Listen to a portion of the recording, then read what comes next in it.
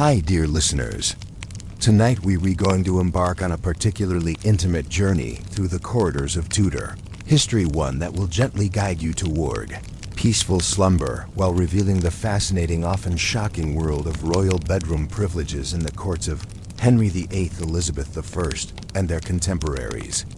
Close your eyes and let your mind drift back nearly 500 years to a time when the bedroom was not merely a place of rest, but the very heart of political power, social hierarchy, and royal ceremony. In the Tudor courts, who could enter the royal bedchamber when they could enter, and what they could witness there were matters of life and death, of political alliance and social standing. Tonight, as you settle into your comfortable bed with its clean sheets and private sanctuary, we'll explore a world where the royal bedroom was anything but private, where dozens of courtiers, servants, and officials had specific roles to play in the most intimate moments of a monarch's day. We'll discover why these seemingly mundane privileges were actually the foundation of Tudor power, and how the simple act of helping a king or queen dress could determine the fate of nations.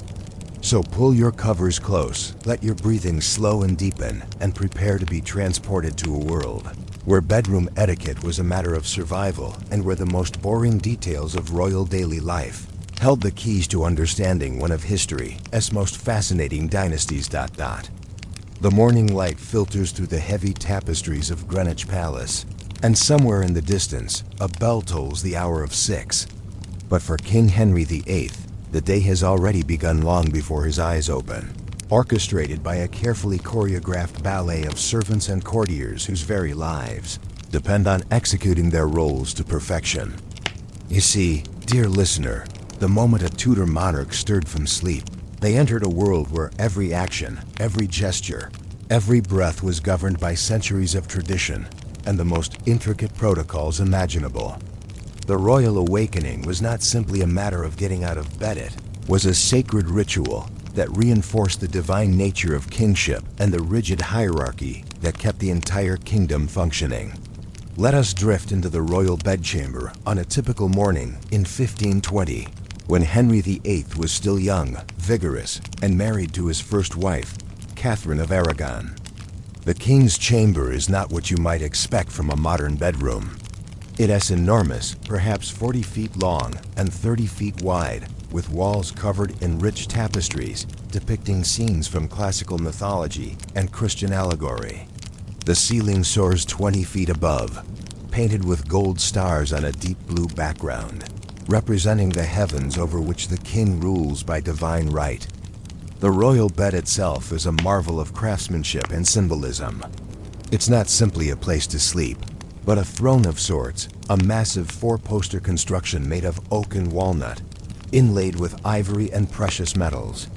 The posts are carved with the royal arms, roses, and other symbols of Tudor power. Heavy curtains of silk and velvet can be drawn around the bed, creating a private sanctuary within the larger chamber. These curtains serve multiple purposes. They provide warmth in the drafty palace. They offer some measure of privacy, and most importantly, they create a sense of mystery and sanctity around the royal person. But here's what might surprise you about this seemingly private space. It's anything but private. Even as the king sleeps, guards stand at attention both inside and outside the chamber. The gentlemen of the bedchamber, usually 4 or 5 of the highest ranking, courtiers take turns sleeping on small beds or pallets arranged around the royal bed. They're there not just for protection, but to attend to any need the king might have during the night. When Henry begins to stir, the carefully orchestrated morning ritual begins. The Groom of the Stool, yes, that's his actual title, and we'll explore what it really means shortly, is the first to approach the royal bed. This is one of the most coveted positions in the entire court, held by men like Sir William Compton and later Sir Henry Norris, who wielded enormous influence precisely because of their intimate access to the king. The Groom of the Stool gently parts the bed curtains and whispers, "Good morning, Your Majesty. God save the king." This simple phrase is not mere politeness, it's a daily reaffirmation of the divine protection that supposedly surrounds the monarch. Henry might grunt in response, or he might remain silent, but the ritual continues regardless. Now begins what is known as the lever, from the French word meaning to rise. This ceremony, which will later be perfected to an almost ridiculous degree by the French court at Versailles, is already well established in Tudor England. Every aspect of the king's morning routine is governed by strict protocol, and every privilege associated with it is jealously guarded by the courtiers who hold them. The first privilege, and perhaps the most intimate, belongs to the groom of the stool. He alone has the right to help the king from his bed and to hand him his morning robe. This might seem like a menial task, but consider what it really means. This man has physical contact with the sacred person of the king. In an age when people believe that kings are appointed by God and possess semi-divine qualities, touching the royal body is both an enormous honor and a tremendous responsibility. As the groom of the stool helps Henry to his feet, other courtiers begin to enter the chamber according to their rank and the specific privileges they hold. The gentlemen of the bedchamber men, like Charles Brandon, Duke of Suffolk, and later Thomas Cromwell, have the right to be present during the king's morning routine. They stand in carefully prescribed positions around the chamber, ready to assist with various tasks or simply to provide companionship and conversation. But here's where it gets really interesting, and where you might start to feel your eyelids growing heavy as we delve into the wonderfully mundane details of Tudor court life. Each of these men has specific privileges that might seem absurdly minor to us, but were matters of intense political importance in their time. For instance, the privilege of handing the king his shirt belongs to one specific courtier, usually the most senior gentleman of the bedchamber present that day. The privilege of presenting the king's doublet belongs to another. The privilege of fastening the king's garter, the symbol of England's highest order of chivalry, belongs to yet another. These tasks are distributed according to a complex hierarchy that reflects not just court rank, but also the king's current favor and the delicate balance of political alliances that keep the Tudor state functioning. Imagine, if you will, the tension that must have filled that chamber each morning. These men, some of the most powerful nobles in England, standing in careful formation, each waiting for their moment to perform their designated task. A slight delay, a fumbled gesture, or God forbid being passed over for someone of lower rank could signal a dramatic shift in political fortune. The privilege of helping the king dress extends beyond mere clothing. The gentleman who has the honor of buckling the king's sword belt is symbolically entrusted with the monarch's power to enforce justice and defend the realm. The courtier who places the king's cap upon his head is participating in a daily coronation of sorts, reaffirming the king's authority over his subjects. And through it all, conversation flows in carefully modulated tones. This is when the king receives much of his informal intelligence about the court and the kingdom. A gentleman of the bedchamber might mention that he has heard concerning rumors about a particular noble's loyalty. Another might relay gossip from the queen's chambers or news from foreign ambassadors. The king listens, asks questions, and forms impressions that will influence policy decisions affecting millions of people. The morning routine also includes what we might delicately call personal hygiene. Though Tudor standards of cleanliness were quite different from our own. The king's face and hands are washed with warm water brought by pages, and his teeth are cleaned with a cloth toothbrushes won't become common for another century. His hair and beard are combed and arranged by a gentleman who holds the specific privilege of tending to the royal coiffure. But perhaps the most intimate and politically significant privilege of all belongs to the groom of the stool in his role as keeper of the royal close stool. Yes, dear listener, we're talking about the king's toilet, and I promise this will be far more interesting than you might expect, and certainly soothing enough to help you drift towards sleep. The close stool is an elaborate piece of furniture, essentially a chair with a hole in the seat, beneath which sits a pewter or silver pot. It's covered in velvet, often decorated with gold thread, and represents one of the most private and vulnerable moments in the king's day. The groom of the stool not only attends the king during these moments, but also has the responsibility of examining the royal waist for signs of illness or poison. This might sound absurd to modern ears, but in an age when kings are frequently targets of assassination attempts, and when medical knowledge is limited, the condition of the royal bowel movements is considered a crucial indicator of the monarch's health and safety. The groom of the stool becomes, in effect, the king's most trusted confidant, privy to information that could determine the succession of the throne. The political implications of this intimate access cannot be overstated. The groom of the stool often knows about the king's health problems before anyone else, including the royal physicians. He's present during the king's most private moments, when guards are dismissed and even other courtiers are excluded. This creates opportunities for private conversation that can shape royal policy in ways that more formal meetings never could. Consider Sir William Compton, who served as groom of the stool to Henry VIII during the early years of his reign. Compton used his intimate access to the king to build a network of influence that made him one of the wealthiest and most powerful men in England. He arranged marriages, influenced appointments to church benefices, and even helped negotiate international treaties, all because he had the privilege of attending the king in his most private moments. As the morning routine continues, we see how these bedroom privileges extend far beyond the physical act of dressing.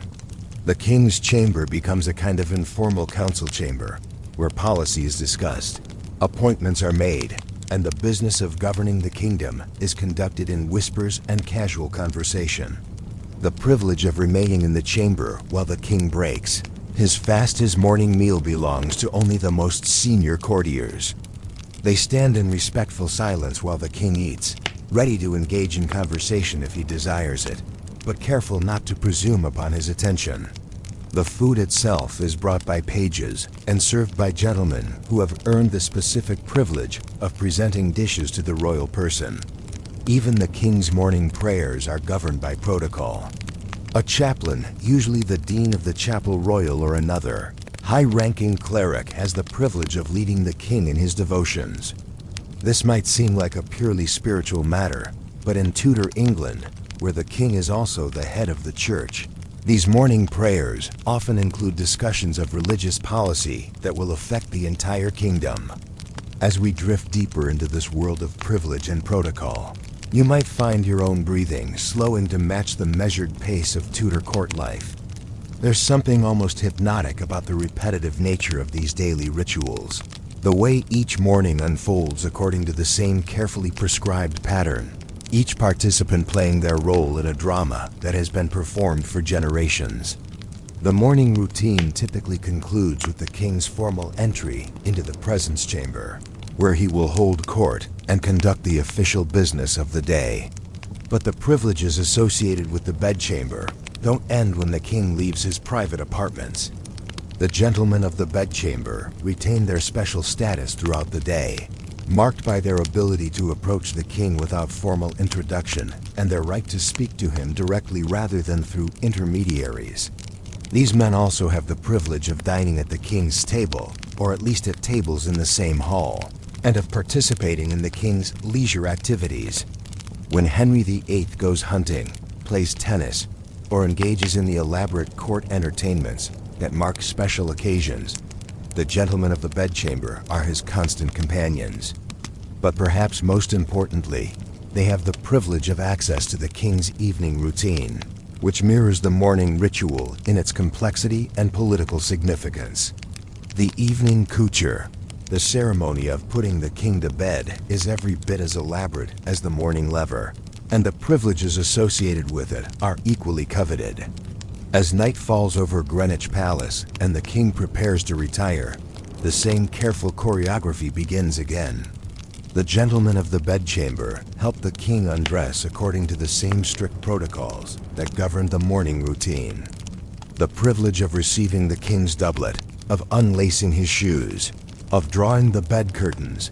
Each task is assigned according to rank and favor, and each represents an opportunity for private conversation and political influence. The groom of the stool performs his evening duties, ensuring the king's comfort and attending to his most private needs. The guards take their positions, the courtiers arrange themselves on their pallets around the royal bed, and the cycle begins anew, ready to repeat itself when morning comes. And so, dear listener, as you settle more deeply into your own comfortable bed, consider how different your evening routine is from that of a Tudor monarch. Your privacy is absolute, your comfort assured, and your sleep undisturbed by the complex web of political relationships that surrounded every moment of royal life 500 years ago. The bedroom privileges of Tudor courts were never really about bedrooms at all. They were about power, access, influence, and the delicate balance of relationships that kept the kingdom functioning. In the intimate space of the royal bedchamber, the fate of nations was decided by men whose greatest privilege was simply being present when history was made. Let these thoughts drift through your mind as you begin to feel the gentle pull of sleep, knowing that your own bedroom is a sanctuary of peace and privacy that even the most powerful monarchs of the past could never have enjoyed. Chapter 2. The Groom of the Stool, England's most powerful servant. As you sink deeper into the comfort of your bed, let us explore one of the most fascinating and misunderstood positions in all of Tudor history, the Groom of the Stool. The very title might make you chuckle, and indeed, many modern historians have focused on the seemingly undignified aspects of this role. But as we'll discover in this gentle journey through Tudor court life, the Groom of the Stool was actually one of the most powerful men in England, wielding influence that extended far beyond the royal bedchamber. The position evolved from humble beginnings in the medieval period, when it was indeed primarily concerned with attending to the monarch's most basic bodily needs. But by the time of Henry VII, and especially during the reign of Henry VIII, the role had transformed into something far more significant, a combination of personal secretary, chief of staff, and trusted confidant all rolled into one. To understand why this position became so powerful, we need to consider the nature of monarchy itself in Tudor England. The king was not just a political leader, but a sacred figure, believed to rule by divine right. Every aspect of his daily life was imbued with symbolic meaning, and access to his person was carefully controlled and highly valued.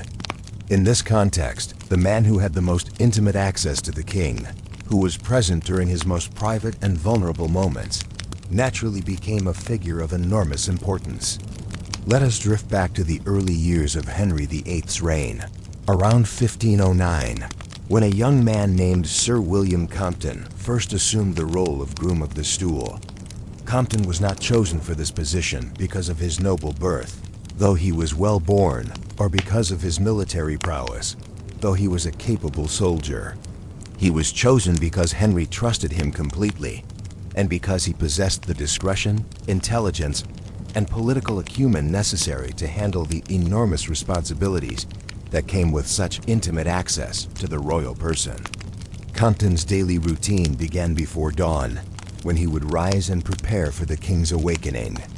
He would review any urgent correspondence that had arrived during the night, consult with other court officials about the day's schedule, and ensure that everything was in readiness for the royal morning routine. But his most important preparation was mental.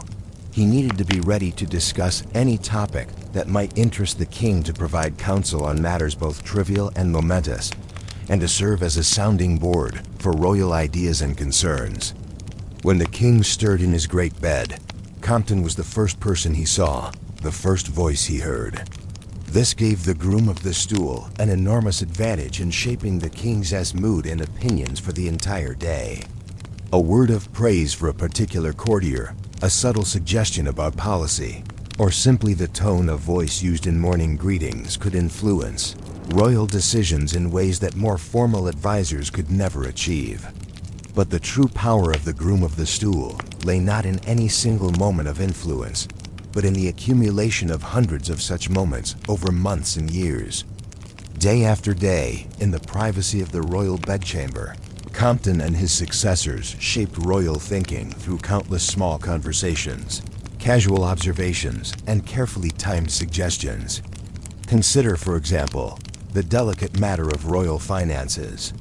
The king's treasury was always a source of concern, and managing royal expenditures required constant attention.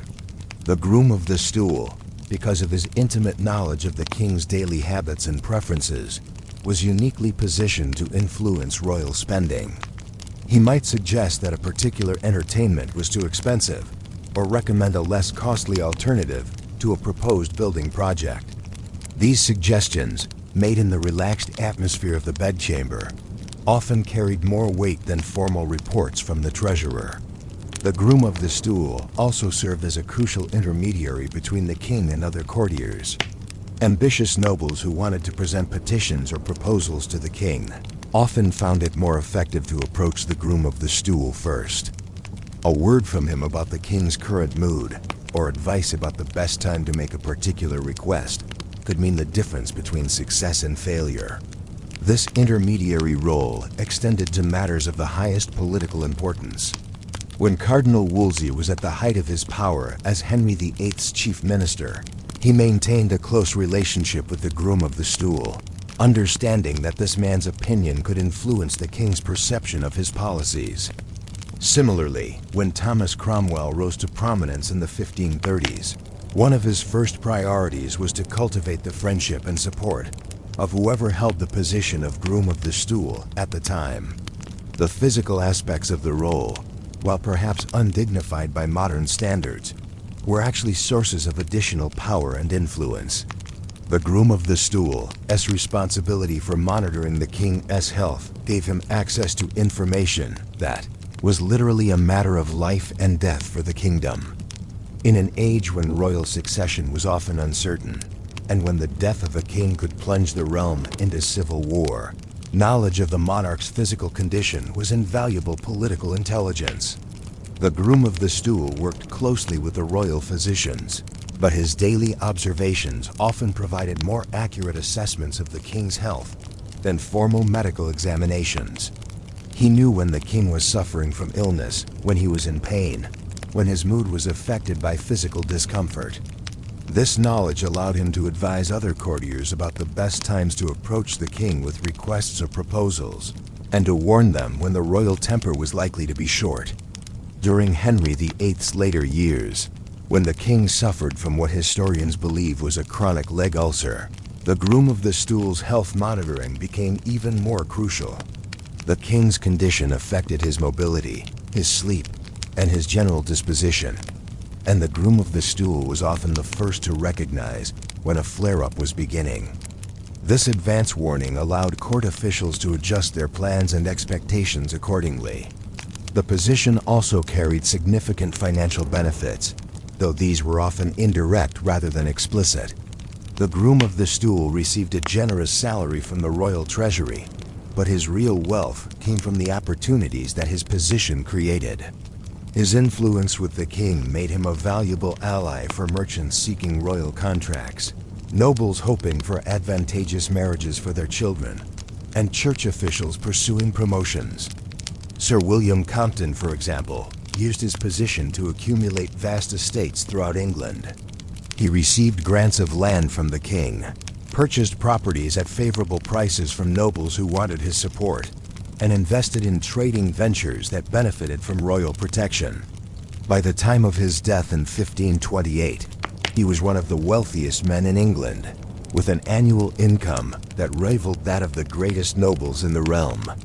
But perhaps the most remarkable aspect of the Groom of the Stool's power was how it operated largely behind the scenes, invisible to most observers, but absolutely crucial to the functioning of the Tudor state.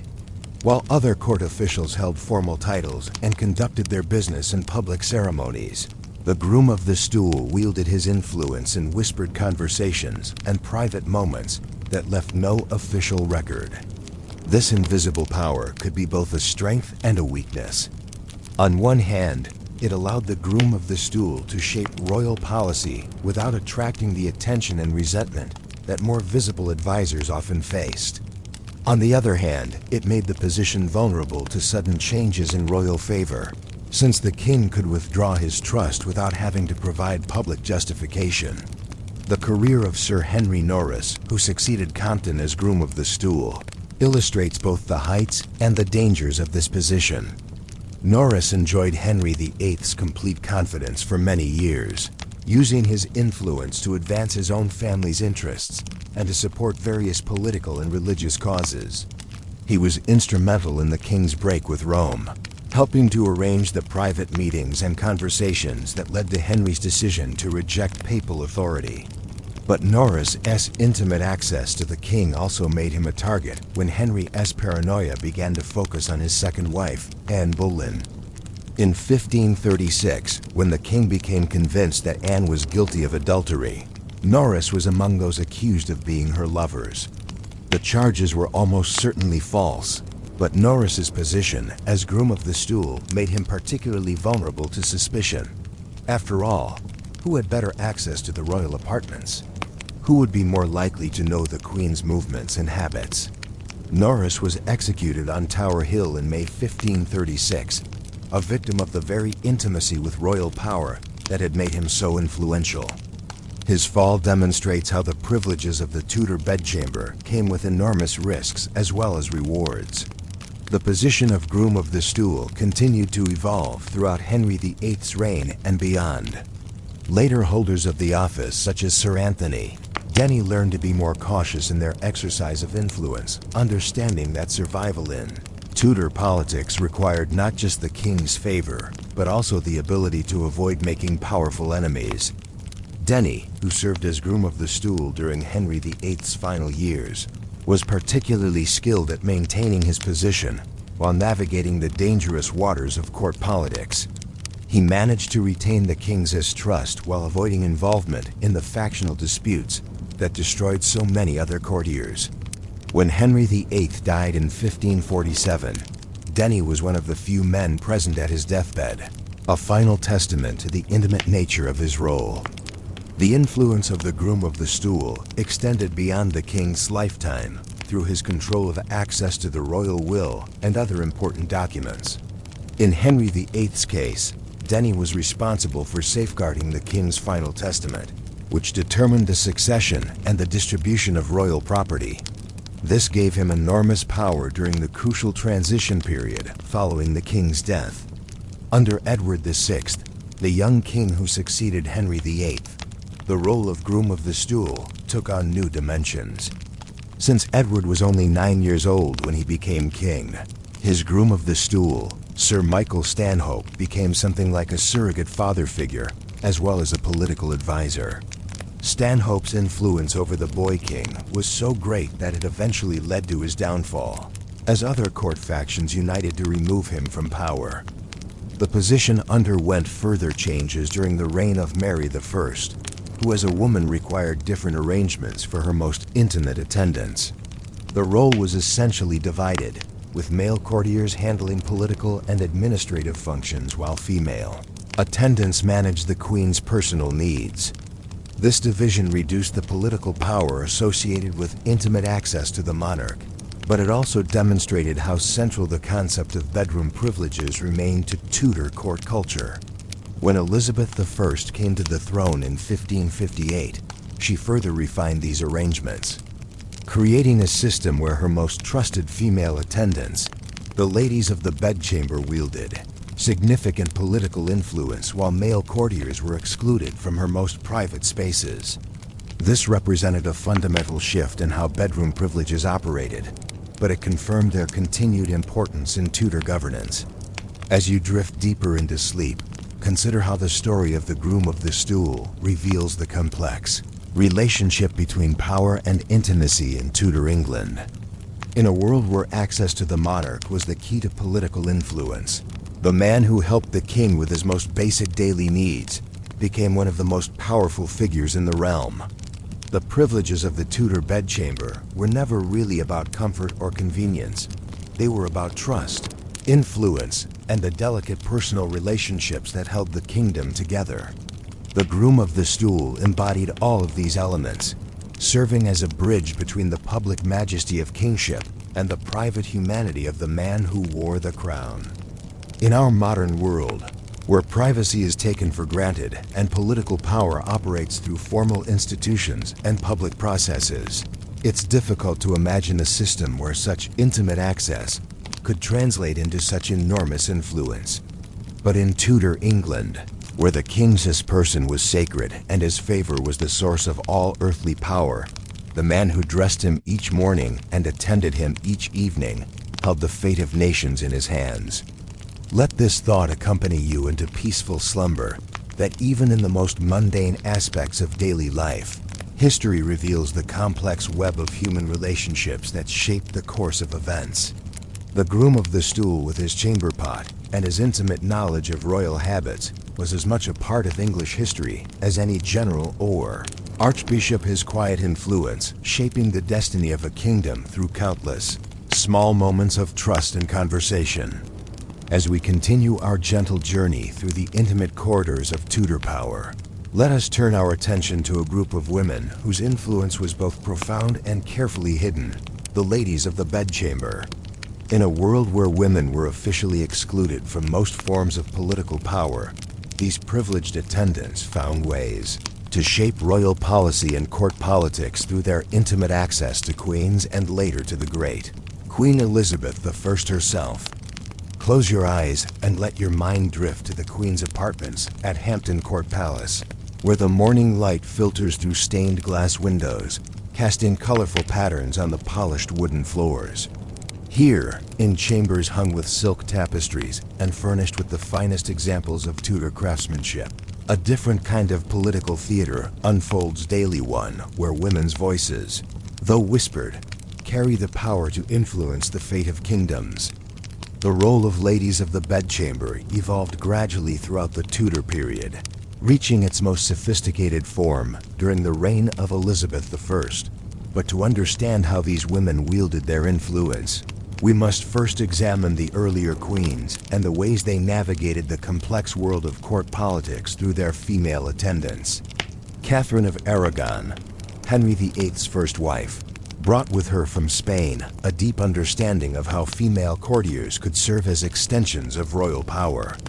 Her ladies of the bedchamber were not merely servants, but carefully chosen allies who helped her maintain her dignity and influence during the increasingly difficult years of her marriage. These women ladies like Maria de Salinas and Inez de Venegas served as her eyes and ears throughout the court, reporting on conversations and alliances that might affect the Queen's position. The intimate nature of their service gave these ladies unique opportunities to influence royal policy. During the long private hours spent helping the Queen dress, arranging her hair, and attending to her personal needs, they engaged in conversations that ranged far beyond matters of fashion and comfort. Catherine often used these moments to discuss her concerns about English foreign policy, particularly as it related to her native Spain, and her ladies served as informal ambassadors, carrying her views to other influential courtiers.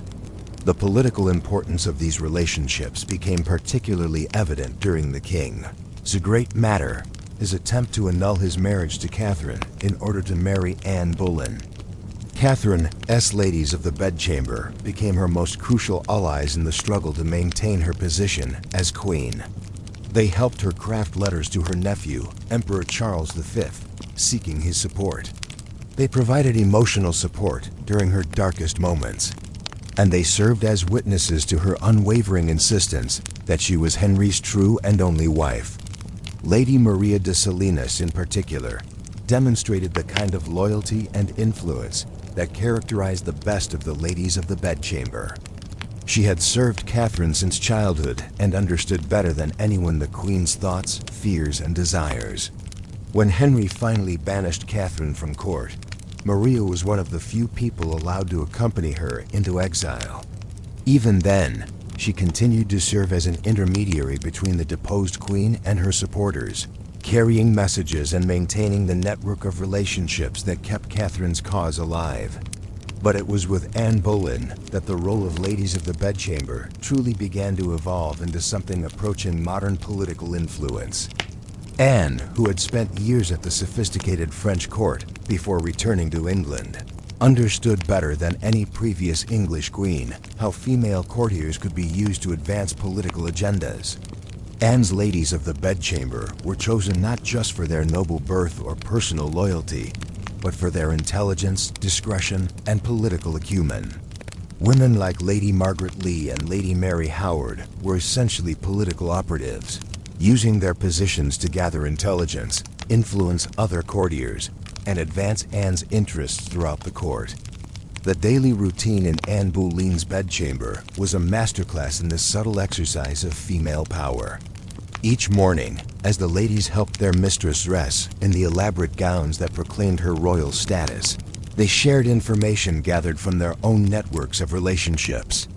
A lady might report that she had overheard a conversation between two ambassadors, or that she had noticed a particular courtier paying unusual attention to one of the king's other female attendants.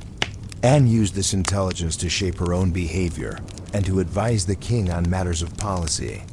Her famous temper and sharp tongue were not simply personality traits, but political tools, carefully deployed based on the information her ladies provided. When she berated Henry for his attention to other women, she was often acting on specific intelligence about his activities. When she advocated for particular policies or appointments, she was frequently responding to information gathered by her female network. The ladies also served as Anne's representatives in the complex world of court marriage politics. In Tudor England, marriages among the nobility were primarily political alliances, and the Queen's approval or disapproval could make or break such arrangements.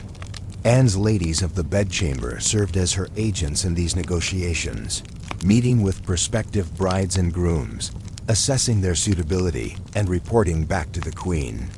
Perhaps most importantly, the ladies of the bedchamber served as witnesses to the Queen's virtue and behavior. In an age when a queen's reputation was crucial to her political survival, these women provided testimony about their mistress's conduct that could be used to defend against accusations of impropriety. Unfortunately for Anne Boleyn, when the king turned against her in 1536, some of her own ladies were coerced into providing testimony that was used to convict her of adultery and treason. The fall of Anne Boleyn demonstrated both the power and the vulnerability of the ladies of the bedchamber. Their intimate knowledge of the Queen's daily life made them valuable witnesses, but it also made them dangerous to their mistress when political winds shifted. Lady Rochford, Anne's sister-in-law, found herself caught between loyalty to the Queen and pressure from the King's agents to provide damaging testimony. Her eventual cooperation with Anne's accusers illustrates the impossible position in which these women often found themselves. Jane Seymour, Henry's third wife, took a very different approach to managing her ladies of the bedchamber. Perhaps learning from Anne Boleyn's fate, Jane chose women known for their discretion and political neutrality rather than their intelligence-gathering abilities. Her ladies were instructed to avoid court gossip and to focus on their ceremonial and personal duties rather than political activities.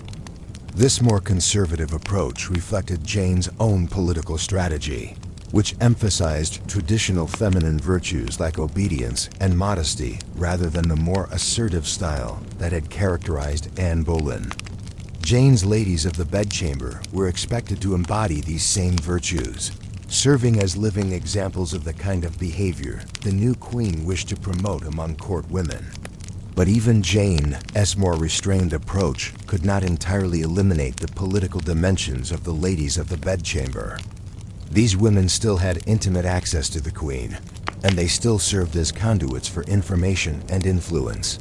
When Jane died shortly after giving birth to the future Edward VI, her ladies played crucial roles in managing the transition and ensuring that the infant prince was properly cared for.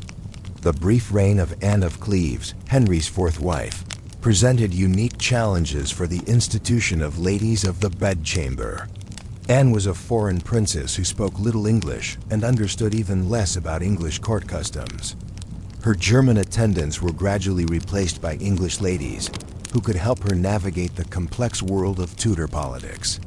These English ladies of the bedchamber found themselves in the unusual position of serving not just as attendants, but as cultural interpreters, helping their mistress understand the subtle signals and unspoken rules that governed court behavior. When Henry decided to annul his marriage to Anne after only 6 months, her ladies helped negotiate the terms of her settlement and her transition to life as the king's beloved sister. Catherine Howard, Henry's fifth wife, brought yet another dynamic to the role of ladies of the bedchamber. Catherine was young, inexperienced, and surrounded by ambitious relatives who sought to use her position for their own advancement. Her ladies found themselves caught between their duty to serve the queen and pressure from various court factions to influence her behavior. The tragic end of Catherine Howard's reign. She was executed for adultery in 1542, once again demonstrated the dangers faced by ladies of the bedchamber. Several of her attendants were imprisoned and interrogated about their knowledge of the queen's alleged misconduct. Some were executed alongside their mistress, victims of their intimate association with royal scandal. Catherine Parr, Henry's sixth and final wife, brought a new level of intellectual sophistication to the role of queen, and her ladies of the bedchamber reflected this change. Catherine was a learned woman who wrote books and engaged in theological discussions with leading scholars of the day. Her ladies were chosen not just for their noble birth, but for their education and their ability to participate in the kind of serious conversations that Catherine valued. Under Catherine Parr, the Queen's bedchamber became something approaching a salon, where women gathered to discuss literature, religion, and philosophy, as well as the usual court gossip and political maneuvering. This represented a significant evolution in the role of ladies of the bedchamber, transforming them from mere attendants into intellectual companions and advisors. But it was with Elizabeth I that the institution of ladies of the bedchamber reached its full potential as a source of female political power. Elizabeth, who never married and therefore never had to share her authority with a husband, was free to develop relationships with her female attendants that were both more intimate and more politically significant than those of any previous English queen. Elizabeth's ladies of the bedchamber were among the most powerful women in England, wielding influence that extended far beyond the Queen's private apartments.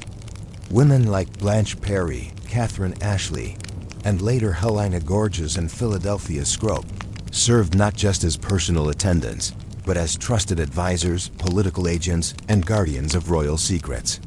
The daily routine in Elizabeth's bedchamber was a carefully choreographed performance that reinforced both the Queen's majesty and the special status of her female attendants. Each morning, the ladies would attend Elizabeth as she rose from her bed, a massive 4-poster construction that served as both sleeping place and throne. The privilege of helping the Queen dress was distributed among the ladies, according to a complex hierarchy that reflected both their noble rank and their personal favor with Elizabeth.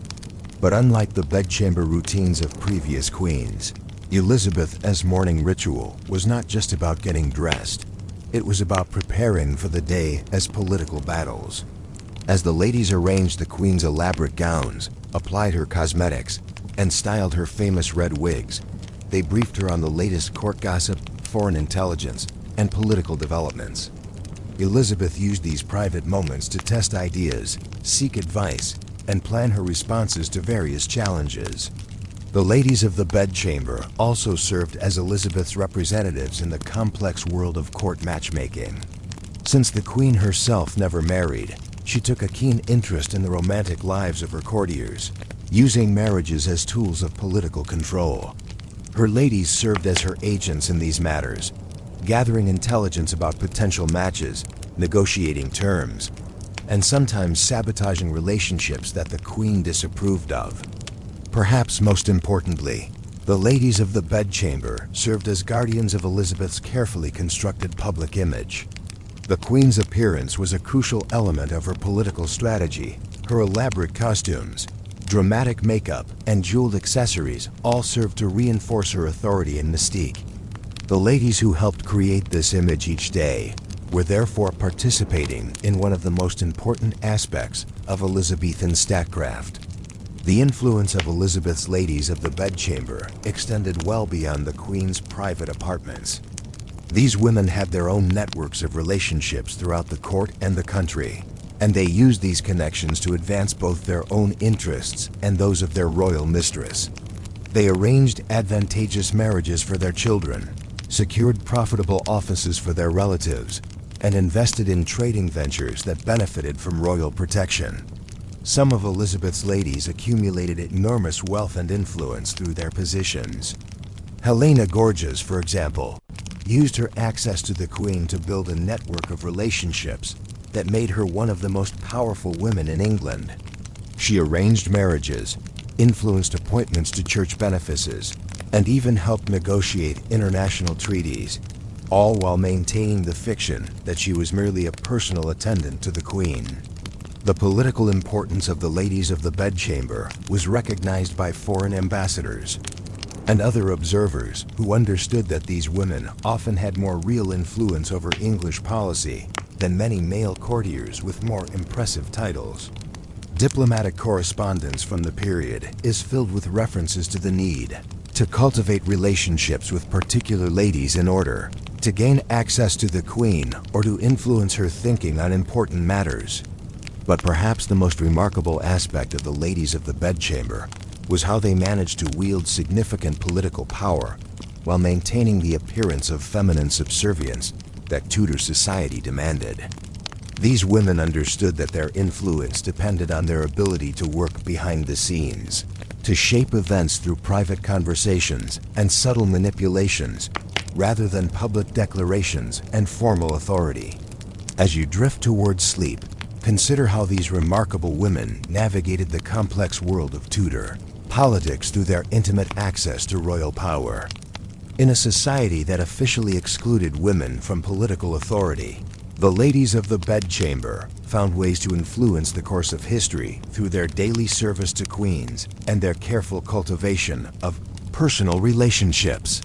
Their story reminds us that power takes many forms, and that some of the most significant political influence in history has been exercised not in council chambers or on battlefields, but in the quiet privacy of bedchambers, where trusted attendants helped shape the thoughts and decisions of the most powerful people in the realm.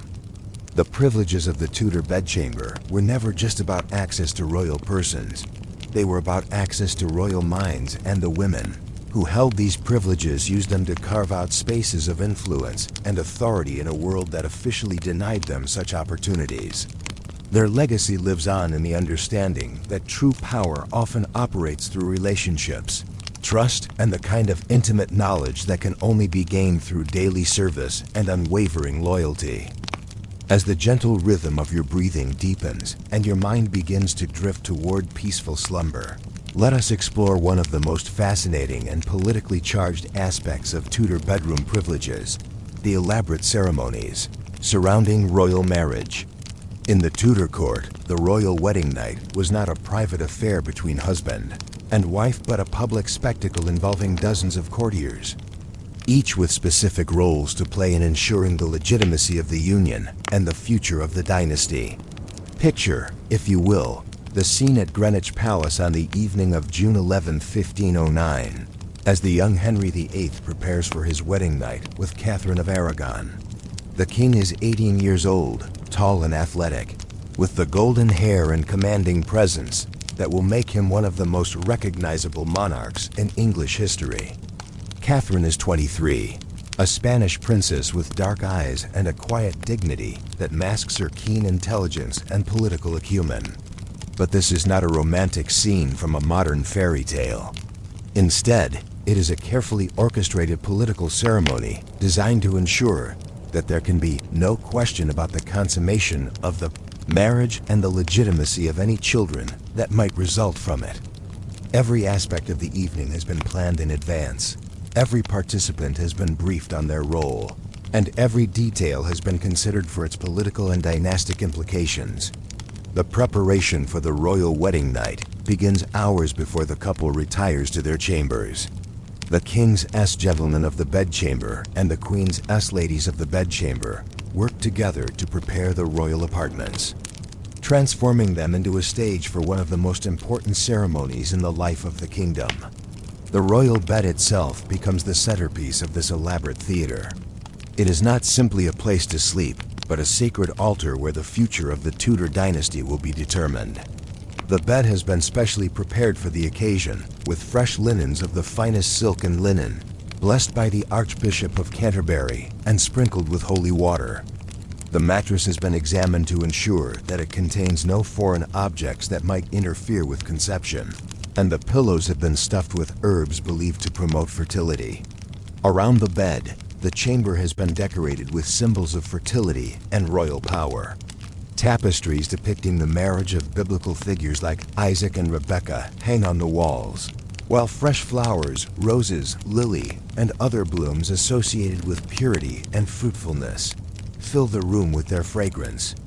Candles burn in silver sconces, their flickering light creating an atmosphere that is both sacred and sensual. But perhaps most importantly, the chamber is filled with witnesses. The concept of privacy that we take for granted in our modern marriages simply does not exist for Tudor royalty. The consummation of a royal marriage is so important to the stability of the kingdom to be left to the word of the couple alone. Instead, a carefully selected group of courtiers will be present to witness and later testify to the fact that the marriage has been properly consummated.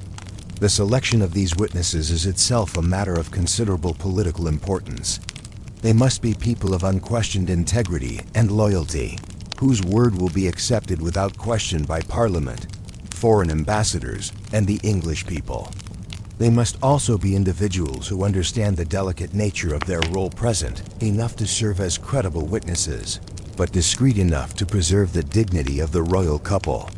For Henry VIII's wedding night with Catherine of Aragon, the witnesses include the Duke of Buckingham, the Earl of Surrey, and several other senior nobles, along with the Archbishop of Canterbury and other high-ranking church officials.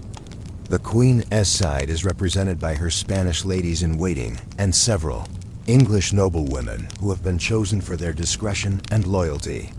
The ceremony begins with the formal blessing of the marriage bed. The Archbishop of Canterbury, resplendent in his ceremonial robes, leads a procession of clergy into the royal bedchamber. They carry holy water, incense, and a special prayer book containing the ancient rituals for blessing a royal marriage bed. As the sweet smoke of frankincense fills the chamber, the Archbishop recites prayers for the fertility of the union and the prosperity of the kingdom. This blessing is not merely a religious formality, but a crucial political act. By sanctifying the marriage bed, the Church is placing its full authority behind the union and declaring that any children born from it will be legitimate heirs to the throne. This religious sanction is particularly important for Henry VIII's marriage to Catherine, since she had previously been married to his deceased brother Arthur, and there were questions about whether such a union was permissible under church law. After the blessing, the formal bedding ceremony begins. This is perhaps the most elaborate and politically significant aspect of the entire wedding night ritual.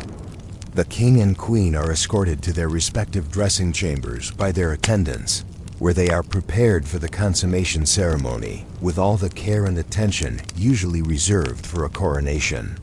The king's preparation is overseen by his gentlemen of the bedchamber, who help him remove his wedding finery and dress him in a special nightgown, made of the finest silk and embroidered with the royal arms.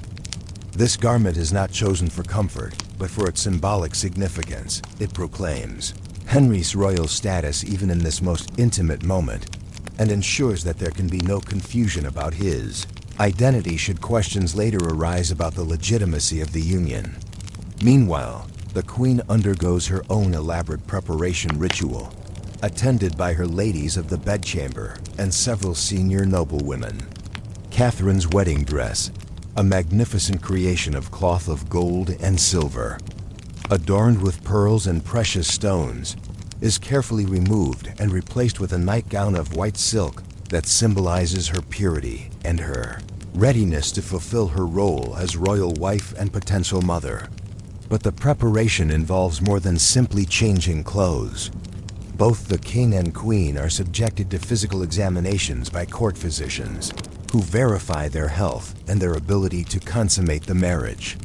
These examinations, while undoubtedly embarrassing by modern standards, are considered essential to ensure that there can be no later claims that the marriage was invalid due to physical incapacity. The Queen's examination is particularly thorough and politically significant. The court physicians, accompanied by several senior noblewomen who serve as witnesses, verify Catherine's virginity, a crucial requirement for a royal bride. This examination serves multiple purposes. It confirms that Catherine's previous marriage to Arthur was never consummated, a key argument in favor of the validity of her marriage to Henry, and it ensures that any children she bears will be unquestionably Henry's offspring. Once these preparations are complete, the formal procession to the marriage bed begins. This is a carefully choreographed ceremony that reinforces the political and dynastic significance of what is about to occur. The king and queen, dressed in their ceremonial nightgowns and accompanied by their respective attendants, process through the palace corridors to the royal bedchamber. The procession is led by the Archbishop of Canterbury, carrying a crucifix and chanting prayers for the success of the union. Behind him walk the senior nobles and court officials, each carrying symbols of royal authority: the crown, the scepter, the orb that remind all present of the political importance of this moment. The king and queen follow, walking side by side, but maintaining the formal dignity appropriate to their royal status. As the procession enters the royal bedchamber, the witnesses take their assigned positions around the room. They arrange themselves according to strict protocol, with the most senior nobles closest to the bed and the lesser courtiers farther away. Everyone present understands their role. They are there to observe and later testify to the consummation of the marriage, but they must do so in a way that preserves the dignity of the royal couple. The actual consummation ceremony is both more and less than what modern minds might expect. The king and queen are escorted to opposite sides of the great bed by their attendants, who help them climb onto the high mattress. The bed curtains are then partially drawn, providing some measure of privacy while still allowing the witnesses to observe that the couple is indeed sharing the marriage bed. What happens next is largely symbolic rather than explicitly sexual. The king and queen lie together in the bed while the witnesses observe for a prescribed period, usually about an hour. During this time, prayers are recited, blessings are offered, and the political significance of the moment is reinforced through various ceremonial elements. The witnesses do not observe the actual act of consummation that would be considered inappropriate even by Tudor standards. Instead, they observe the couple entering the bed together, remaining there for the prescribed time, and emerging in a state that suggests the marriage has been properly consummated. The evidence they look for includes disheveled clothing, flushed faces, and other signs that intimate relations have occurred. But perhaps most importantly, they observe the couple's behavior toward each other. Do they seem comfortable together? Do they show signs of affection and mutual respect? Are there any indications of reluctance or coercion? These observations are crucial because they will later be used to defend the validity of the marriage against any challenges that might arise. The ceremony concludes with the formal withdrawal of the witnesses and the final blessing of the union. The Archbishop of Canterbury offers a prayer of thanksgiving for the successful consummation of the marriage, and the senior nobles present offer their congratulations to the royal couple. The witnesses then withdraw from the chamber, leaving the king and queen alone for the first time since their wedding ceremony began. But even this privacy is limited and temporary. Guards remain stationed outside the bedchamber door, and the royal attendants sleep in nearby chambers, ready to respond to any summons from their royal masters. The concept of complete privacy that modern couples take for granted is simply not available to Tudor royalty, whose every moment is considered a matter of state interest. The morning after the wedding night brings its own set of ceremonies and political requirements. The royal couple is awakened by their attendants and subjected to another round of examinations and observations designed to confirm that the marriage has been successfully consummated. The bed sheets are examined for evidence of the Queen's virginity, and both the King and Queen are questioned about their experience.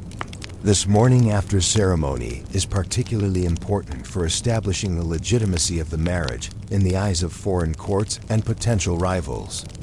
Ambassadors from other kingdoms are often present to witness these proceedings, and their reports back to their own monarchs will influence how the marriage is perceived internationally.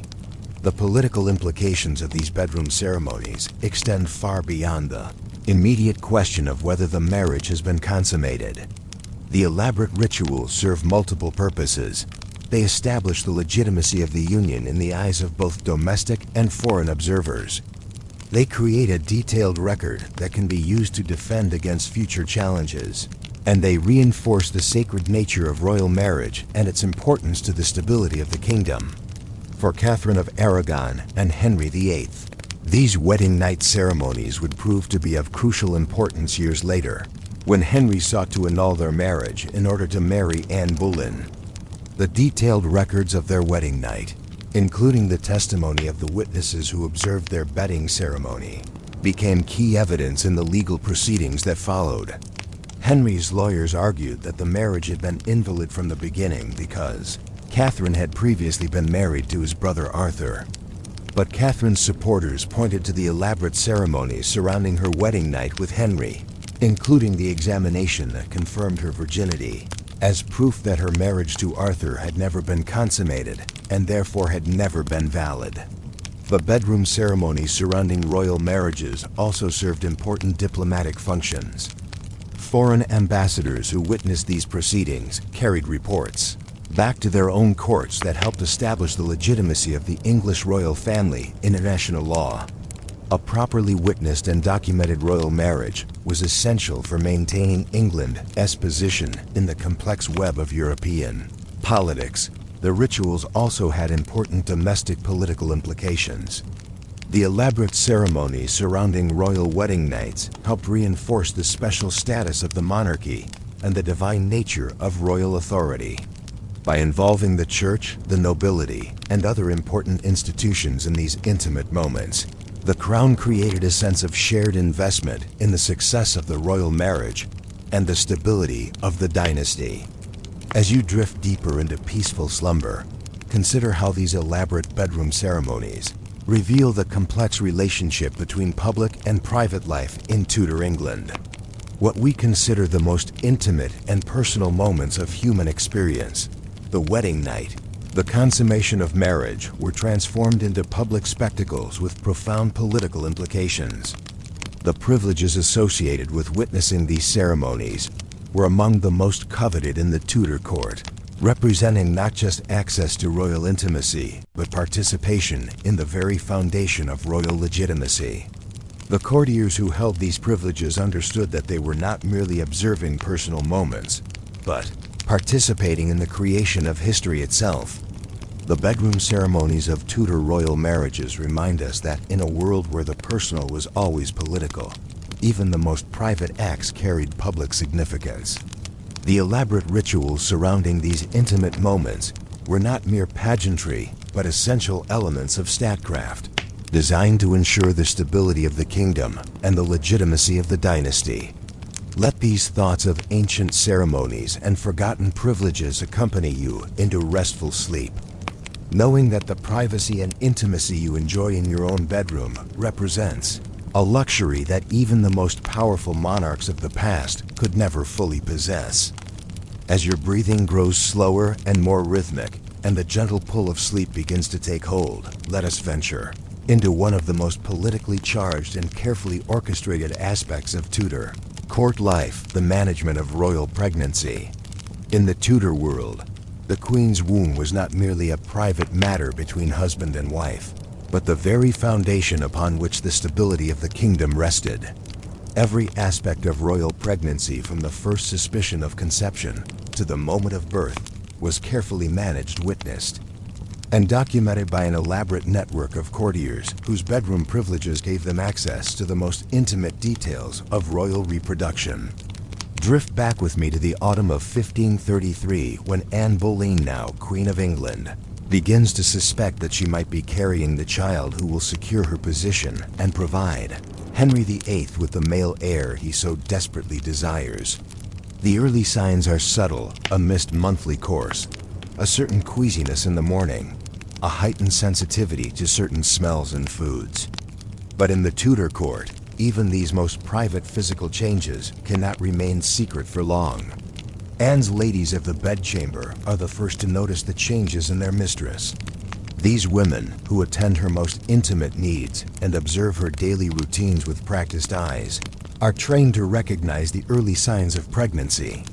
Lady Margaret Lee, one of Anne's most trusted attendants, notices that the Queen has been unusually tired and has requested lighter meals. Lady Mary Howard observes that Anne has been avoiding certain foods that she previously enjoyed and has been spending more time in prayer. But these observations are not merely matters of personal concern. They are intelligence of the highest political importance. The question of whether the Queen is pregnant affects everything from foreign policy to domestic appointments, from the timing of parliamentary sessions to the planning of court entertainments. The ladies of the bedchamber understand that their observations could influence the fate of the kingdom, and they guard their knowledge carefully while reporting to those who need to know. The process of confirming a royal pregnancy is itself an elaborate ceremony involving multiple layers of examination and verification. Anne's personal physician's men, like Dr. William Butts, who serves as the king's chief physician, are summoned to conduct examinations. But they cannot act alone. Their findings must be confirmed by additional medical experts and witnessed by senior court officials. The examination of a pregnant queen is conducted with all the ceremony due to her royal status, but it is also a deeply invasive process that would shock modern sensibilities. Anne is examined not just by male physicians, but by experienced midwives and senior noblewomen who can testify to her condition. The examination takes place in her bedchamber, with witnesses arranged according to strict protocol around the room. The physicians check for the traditional signs of pregnancy, the cessation of monthly courses, changes in the breasts, alterations in complexion and appetite. But they also perform more intimate examinations, feeling for changes in the womb and looking for other physical indicators that confirm conception. Throughout this process, the witnesses observe and take mental notes that will later be used to document the pregnancy officially. Once the pregnancy is confirmed, Anne's bedchamber becomes the center of an elaborate support system designed to ensure the health of both mother and child. Her daily routine is completely restructured around the needs of the developing baby, with every aspect of her life carefully monitored and controlled by her attendants. The Queen's diet becomes a matter of state concern, with her meals planned by physicians and prepared under the supervision of trusted servants. Certain foods are forbidden, those thought to be too heating or cooling, too moist or dry, according to the medical theories of the time. Other foods are specifically prescribed for their supposed benefits to pregnant women and developing children. Anne's ladies of the bedchamber take on new responsibilities as guardians of the royal pregnancy. They monitor her sleep patterns, ensuring that she gets adequate rest while avoiding the excessive sleep that physicians believe can be harmful to the developing child. They oversee her exercise, encouraging gentle walks in the palace gardens while preventing more strenuous activities that might endanger the pregnancy. Perhaps most importantly, they serve as emotional support for a woman facing enormous pressure to produce a male heir. Anne knows that her position as queen depends entirely on her ability to give Henry the son he desires. The ladies of the bedchamber provide companionship and reassurance during the long months of pregnancy, helping to manage the stress and anxiety that could potentially harm both mother and child. The political implications of the royal pregnancy extend far beyond the Queen's bedchamber. News of Anne's condition spreads through the court and beyond, influencing everything from diplomatic negotiations to domestic policy decisions. Foreign ambassadors report the pregnancy to their home courts, where it affects calculations about English alliances and succession issues. Henry VIII himself becomes deeply involved in managing his wife's pregnancy, though his participation is filtered through the elaborate protocols that govern royal behavior. He cannot simply visit his wife's bedchamber at will. Such visits must be arranged in advance and conducted according to strict ceremonial requirements. When he does visit, he is accompanied by his own attendants and observed by Anne's ladies, ensuring that even these intimate moments between husband and wife become matters of public record. The king's concern for his wife's pregnancy is both genuine and politically motivated. He has already divorced one wife for her failure to produce a male heir, and he understands that Anne's position depends entirely on her ability to succeed where Catherine of Aragon failed. His visits to her bedchamber during pregnancy are therefore both expressions of husbandly concern and royal inspections designed to ensure that everything possible is being done to protect the developing heir. As Anne's pregnancy progresses, her bedchamber gradually transforms into something resembling a medical facility. Additional physicians are brought in to provide specialized care, and the room is equipped with various instruments and medications thought to be beneficial for pregnant women. Herbs believed to strengthen the womb are burned as incense, filling the chamber with their aromatic smoke. Special prayers are recited daily, invoking divine protection for both mother and child. The Queen's clothing also becomes a matter of political significance during pregnancy. Her gowns must be carefully designed to accommodate her changing figure, while maintaining the dignity and majesty appropriate to her royal status. The ladies of the bedchamber work with the royal seamstresses to create garments that are both comfortable and symbolically appropriate, often incorporating motifs associated with fertility and motherhood. But perhaps the most politically charged aspect of royal pregnancy is the question of the child's sex.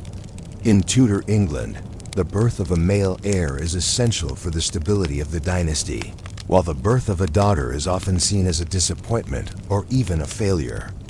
Throughout Anne's pregnancy, physicians, astrologers, and other experts are consulted about the likely sex of the child, and their predictions influence everything from the planning of the christening ceremony to the preparation of the royal nursery. The ladies of the bedchamber play a crucial role in monitoring and interpreting the signs that supposedly indicate the child's sex. They observe the Queen's complexion, noting whether it becomes clearer, supposedly indicating a boy, or more blemished, indicating a girl. They monitor her cravings, her sleep patterns, and her general demeanor, all of which are believed to provide clues about the developing child. These observations are not merely matters of curiosity, they have real political implications. If the sign suggests that the Queen is carrying a male heir, preparations begin for celebrations and ceremonies appropriate to welcoming a future king. If the sign suggests a daughter, different preparations are made, and the political calculations surrounding the birth become more complex. As Anne's pregnancy nears its end, her bedchamber becomes the site of increasingly elaborate preparations for the birth itself. The room is thoroughly cleaned and blessed, with special attention paid to removing any objects or influences that might interfere with the successful delivery. The bed is prepared with special linens that have been blessed by the Archbishop of Canterbury, and religious relics are placed around the room to invoke divine protection. The selection of attendants for the royal birth is itself a matter of enormous political importance. The midwives who will assist with the delivery must be women of unquestioned skill and loyalty, whose word will be accepted without question when they testify to the circumstances of the birth. The ladies of the bedchamber who will witness the delivery must be chosen for their discretion and their ability to provide accurate testimony about the legitimacy of the child. When Anne finally goes into labor in September 1533, her bedchamber becomes the center of a carefully orchestrated drama involving dozens of participants. The midwives take charge of the actual delivery, while the ladies of the bedchamber provide support and serve as witnesses. Physicians stand ready to intervene if complications arise, and senior court officials wait in nearby chambers for news of the birth. The delivery itself is conducted according to ancient traditions that emphasize both the safety of mother and child and the legitimacy of the birth. The queen labors in a specially prepared bed, surrounded by religious symbols and attended by women whose presence ensures that there can be no question about the circumstances of the delivery.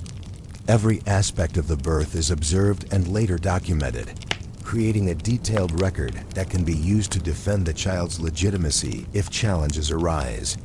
When the child is finally born, a daughter who will become Elizabeth, the immediate reaction in the bedchamber is a mixture of relief and disappointment. The birth has been successful, and both mother and child appear healthy, but the baby is not the male heir that Henry so desperately wanted. The ladies of the bedchamber must carefully manage their own reactions while providing support to a queen who understands that her failure to produce a son has seriously weakened her position. The announcement of the birth follows strict protocols designed to ensure that the news spreads in an orderly fashion throughout the court and the kingdom. The senior lady present at the delivery, in this case, the Dowager Duchess of Norfolk, has the honor of carrying the news to the king.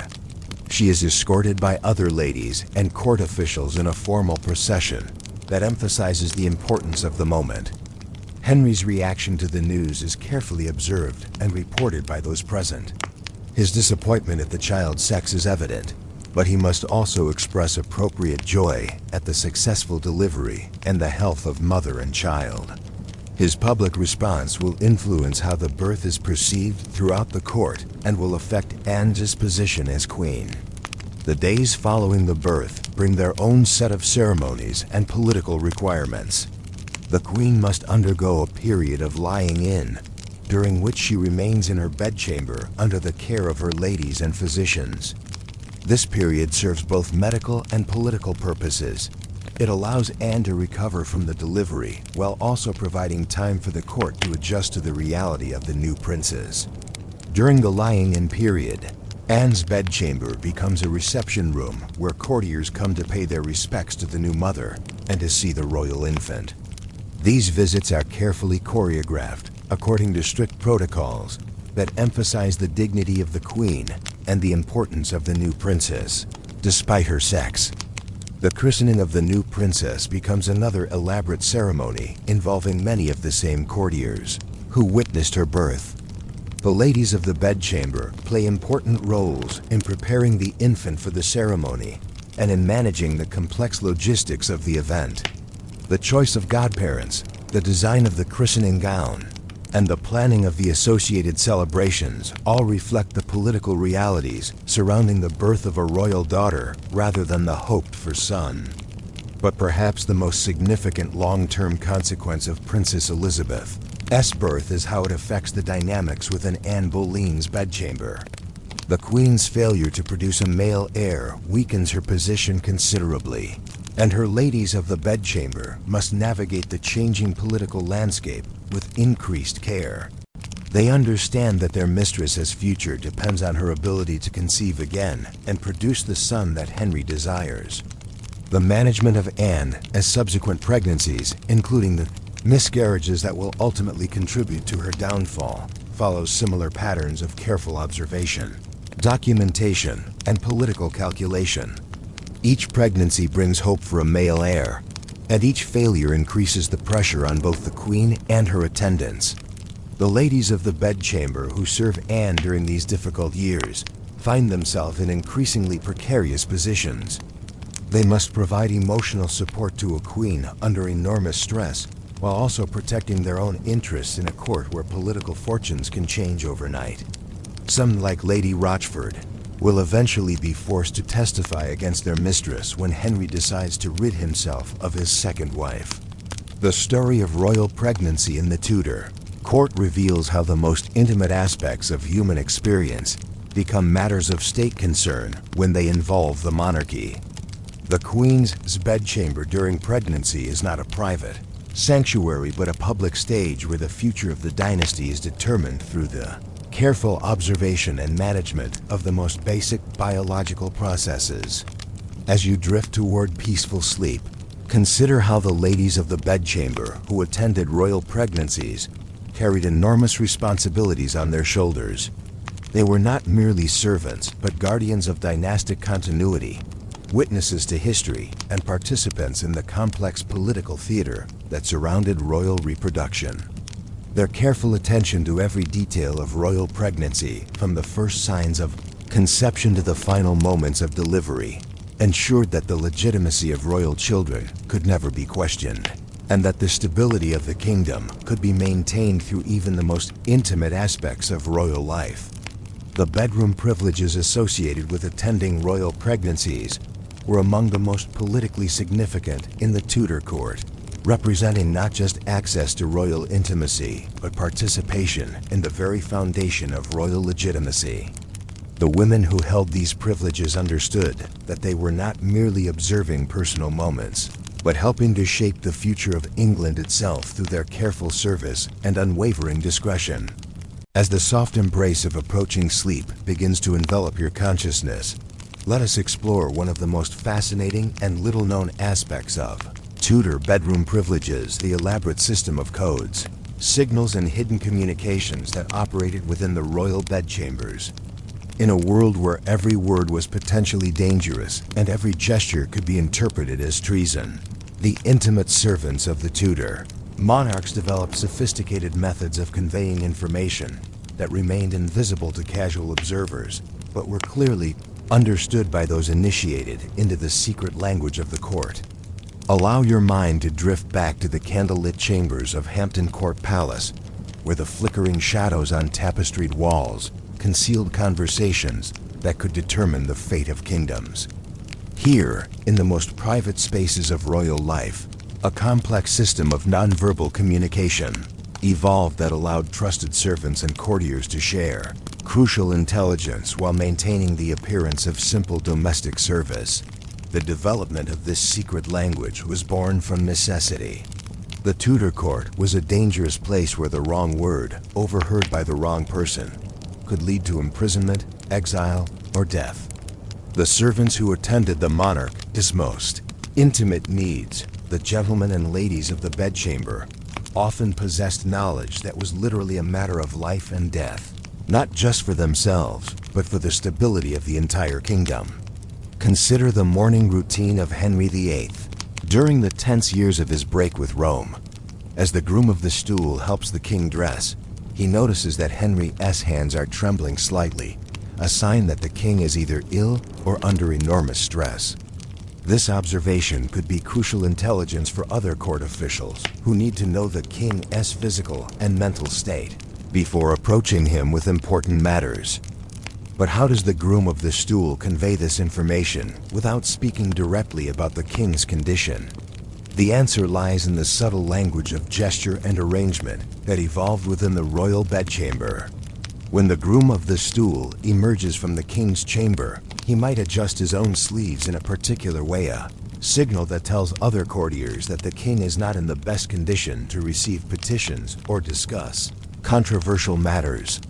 The ladies of the bedchamber developed an even more sophisticated system of communication, partly because their exclusion from formal political processes made informal intelligence gathering even more crucial to their survival and advancement. These women created a complex vocabulary of gestures, clothing arrangements, and seemingly innocent domestic activities that could convey detailed information about the Queen's mood, health, political opinions, and private conversations.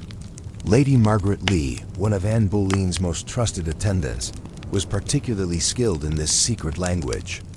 When she arranged the Queen's jewelry in a certain pattern on the dressing table, it signaled to other ladies that Anne had received disturbing news and was likely to be irritable throughout the day. When she placed specific flowers in particular vases around the chamber, it indicated whether the Queen had spoken favorably or unfavorably about certain courtiers during her private moments. The placement of objects within the royal bedchamber became a sophisticated communication system in itself.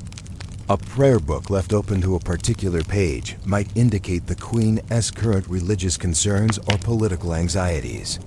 Certain pieces of clothing laid out in specific arrangements could signal whether the Queen was planning to receive particular visitors or whether she wished to avoid certain courtiers. Even the arrangement of bed curtains carried meaning within this secret language. Curtains drawn in a particular fashion might indicate that the monarch was ill and should not be disturbed, while other arrangements could signal that urgent business could be conducted despite the early hour. The ladies of the bedchamber became expert at reading these subtle signs and adjusting their behavior accordingly. The secret language extended beyond simple domestic arrangements to include more complex forms of coded communication. The Tudor court was filled with educated individuals who were familiar with classical literature, religious texts, and historical precedents. This shared knowledge base provided the foundation for a sophisticated system of literary and historical allusions that could convey complex political messages while appearing to be innocent conversation. For example, a lady of the bedchamber might comment on a particular biblical story while helping the Queen dress, using the narrative as a coded way of discussing current political situations. A reference to the story of Esther might be a way of discussing the Queen's relationship with her husband and her ability to influence royal policy. A mention of Judith and Holofernes could be a coded discussion of the Queen's enemies and potential strategies for dealing with them. The gentlemen of the bedchamber developed their own version of this literary coding system, often drawing on classical history and military examples to discuss contemporary political and military matters. A casual reference to Caesar's crossing of the Rubicon might be a way of discussing whether the king was prepared to take irreversible action on a particular policy. A mention of Alexander's relationship with his generals could be a coded discussion of the king's trust in his current advisors. Music also played a role in the secret language of the royal bedchambers. The Tudor court was filled with accomplished musicians, and songs, melodies, and musical arrangements could carry coded messages that were understood by those familiar with the system. A particular tune hummed while arranging the royal clothing might indicate that certain information had been received or that specific actions needed to be taken. The ladies of the bedchamber were particularly skilled at using needlework and embroidery as vehicles for coded communication. The patterns they chose for their work, the colors they selected, and the speed with which they completed particular projects could all carry meaning within their secret communication system. A lady working on an embroidery pattern featuring roses might be signaling her support for a particular political faction, while choosing different flowers could indicate different loyalties. The development of this secret language was not uniform throughout the Tudor period, but evolved in response to changing political circumstances and the personalities of different monarchs. During the reign of Henry VIII, when the king's favor could shift dramatically and without warning, the communication system focused heavily on conveying information about the royal mood and the relative safety of approaching the king with various matters. Under Elizabeth, the first who was more consistent in her behavior, but also more secretive about her true intentions, the secret language evolved to focus more on deciphering the Queen's actual opinions and plans from her public statements and private behaviors. The ladies of the bedchamber became expert at reading the subtle signs that indicated whether Elizabeth's public pronouncements reflected her true intentions or were merely diplomatic maneuvering. The training required to master this secret language was extensive and informal. New servants and courtiers learned the system through careful observation and gradual initiation by more experienced practitioners. The process could take years, and those who failed to master the subtle communications often found themselves excluded from the inner circles of court life. The risks associated with misunderstanding or misusing the secret language were enormous. A servant who misread a signal and approached the monarch at an inappropriate time might face punishment or dismissal. More seriously, a courtier who misinterpreted coded political intelligence might make decisions that could lead to their downfall or that of their allies. But for those who mastered the system, The secret language of the royal bedchambers provided enormous advantages. They could navigate the dangerous waters of court politics with greater safety and effectiveness, building networks of allies and avoiding potential enemies. They could also provide valuable services to other courtiers by sharing intelligence about royal moods and intentions. The secret language also served important protective functions for the monarchs themselves. By allowing their most trusted servants to communicate sensitive information without speaking directly, the system provided a layer of protection against accusations of treason or inappropriate influence. If questioned about their conversations, servants could honestly claim that they had never spoken directly about sensitive political matters. The sophistication of this communication system is perhaps best illustrated by examining how it operated during times of particular political tension.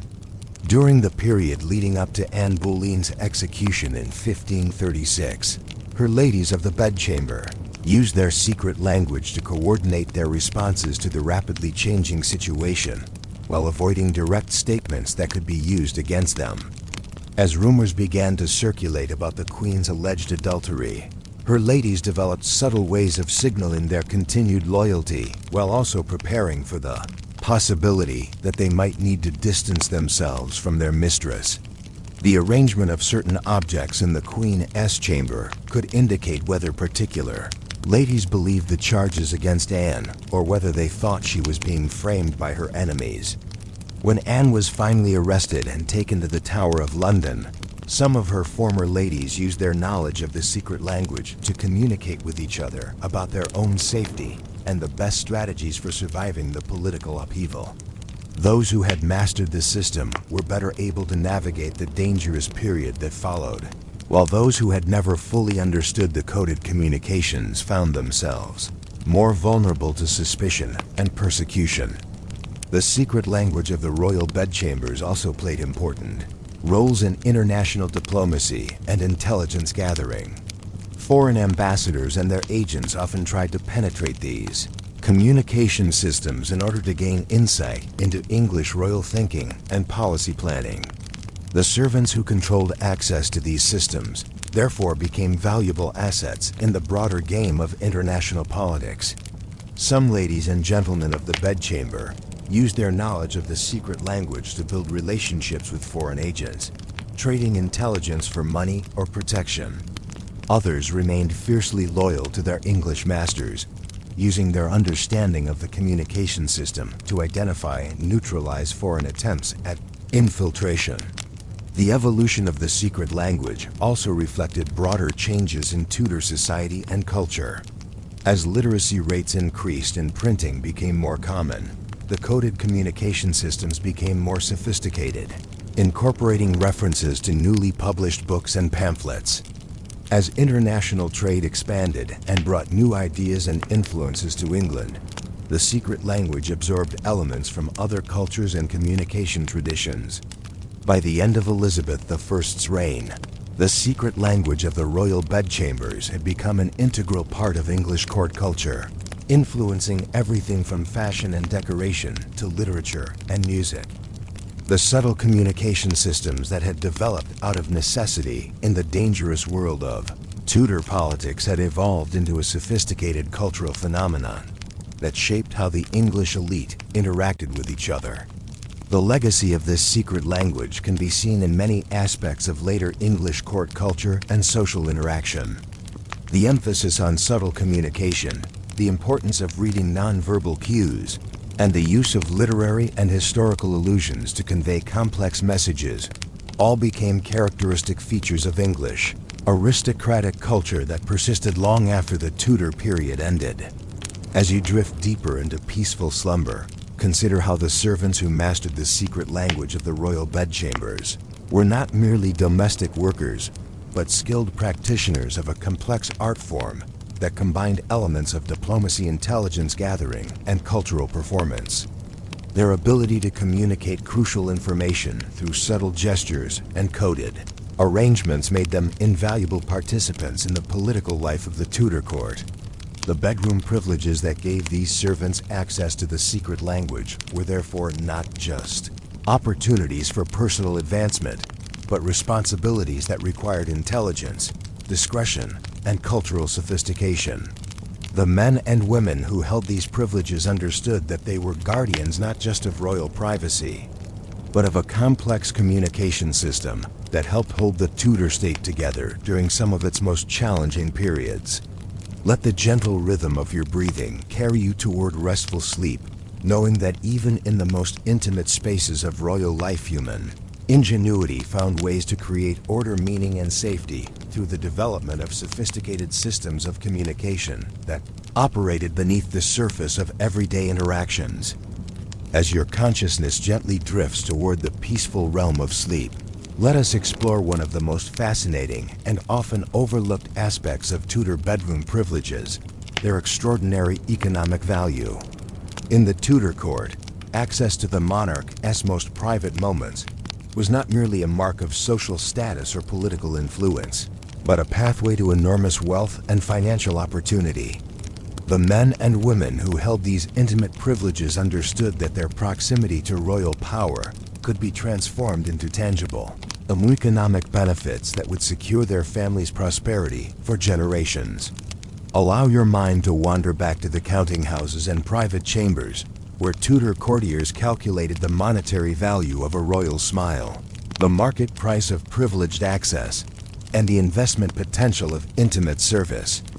Here, in a world where personal relationships with the monarch were the foundation of all economic opportunity, the bedroom privileges of the Tudor court created some of the most spectacular fortunes in English history. The economic value of bedroom privileges operated on multiple levels, from the direct financial benefits of royal service to the complex web of opportunities that intimate access created. At the most basic level, positions like the Groom of the Stool or Lady of the Bedchamber came with generous salaries, valuable perquisites, and access to the royal treasury that far exceeded what these individuals could have earned in any other profession. Sir William Compton, who served as Groom of the Stool to Henry VIII during the early years of his reign, provides perhaps the most spectacular example of how bedroom privileges could be transformed into vast wealth. When Compton first entered royal service, he was a minor gentleman with limited resources and modest prospects. By the time of his death in 1528, he had become one of the richest men in England, with an annual income that rivaled that of the greatest dukes in the realm. Compton's transformation from minor courtier to wealthy magnate was accomplished through his skillful exploitation of the economic opportunities that his intimate access to the king provided. His daily presence in Henry's bedchamber gave him advanced knowledge of royal intentions, policy changes, and business opportunities that he could use to his own advantage. When he learned that the king was planning to grant certain lands or privileges, he could position himself to benefit from these decisions before they became public knowledge. But Compton's wealth was not built solely on insider information. His position as Groom of the Stool made him an invaluable intermediary for anyone seeking royal favor, and he was able to charge substantial fees for his services as a broker of royal access. Merchants seeking royal contracts, nobles hoping for advantageous marriages for their children, and church officials pursuing promotions all found it worthwhile to cultivate Compton's friendship and to compensate him generously for his assistance. The economic value of these brokerage services was enormous.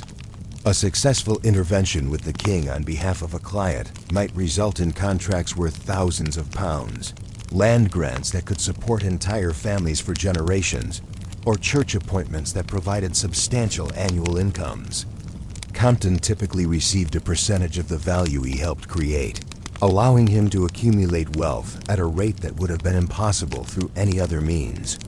Compton also used his position to build a network of business relationships that extended far beyond the court.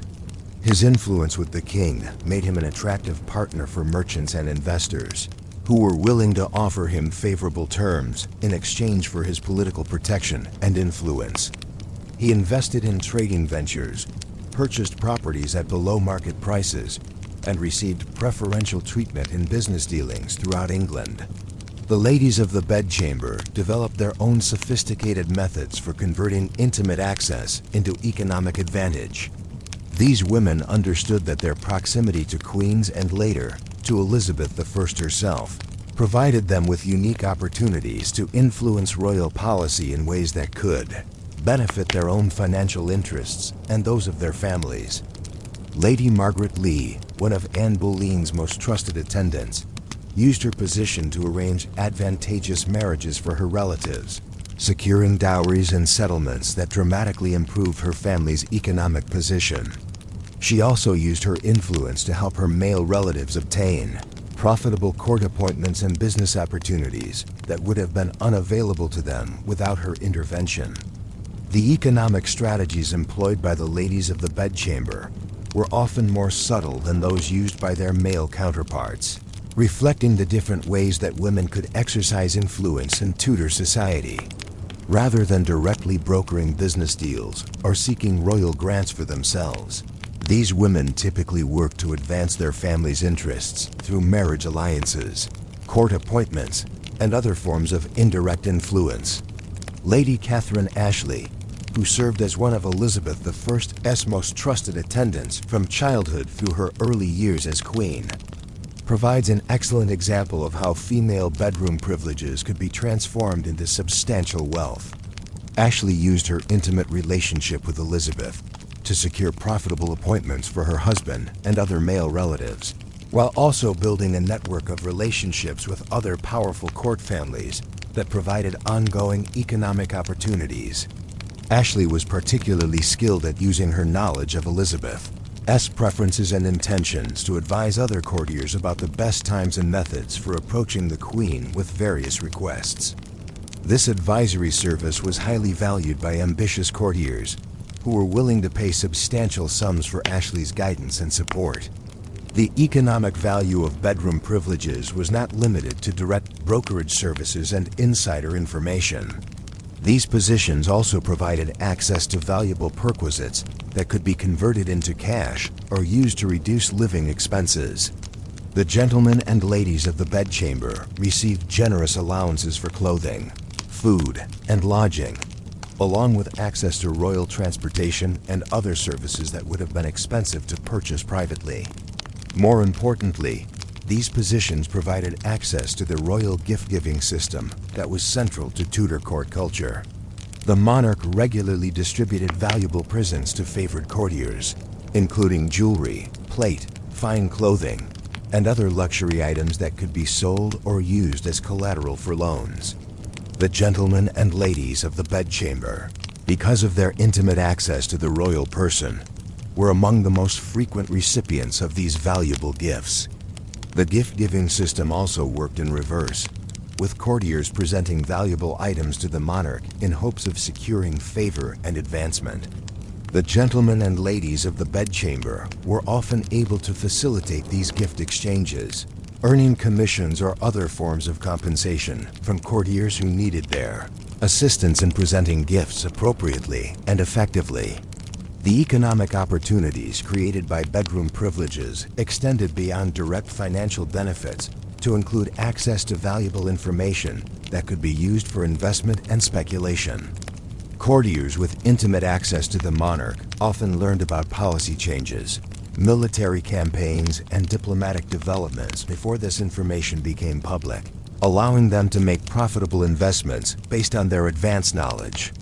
For example, a gentleman of the bedchamber who learned that the king was planning a military campaign might invest in companies that supplied weapons, food, or other military necessities. A lady of the bedchamber who discovered that the Queen was considering changes to trade policy might advise her relatives to adjust their business strategies accordingly. The real estate market was particularly susceptible to this kind of insider trading. Courtiers with advanced knowledge of royal intentions could purchase properties that they knew would increase in value due to planned royal developments, or they could avoid investments in areas that were likely to be negatively affected by royal policy changes. The dissolution of the monasteries during Henry VIII's reign provides a spectacular example of how bedroom privileges could be used to generate enormous wealth through advanced knowledge of royal policy. Courtiers who learned about the king's intentions before they became public were able to position themselves to acquire valuable monastic properties at favorable prices, often through complex arrangements that involved royal grants, purchases, and exchanges. Sir Anthony Denny, who served as Groom of the Stool during Henry VIII's later years, was particularly successful in using his advanced knowledge of the dissolution to acquire valuable properties.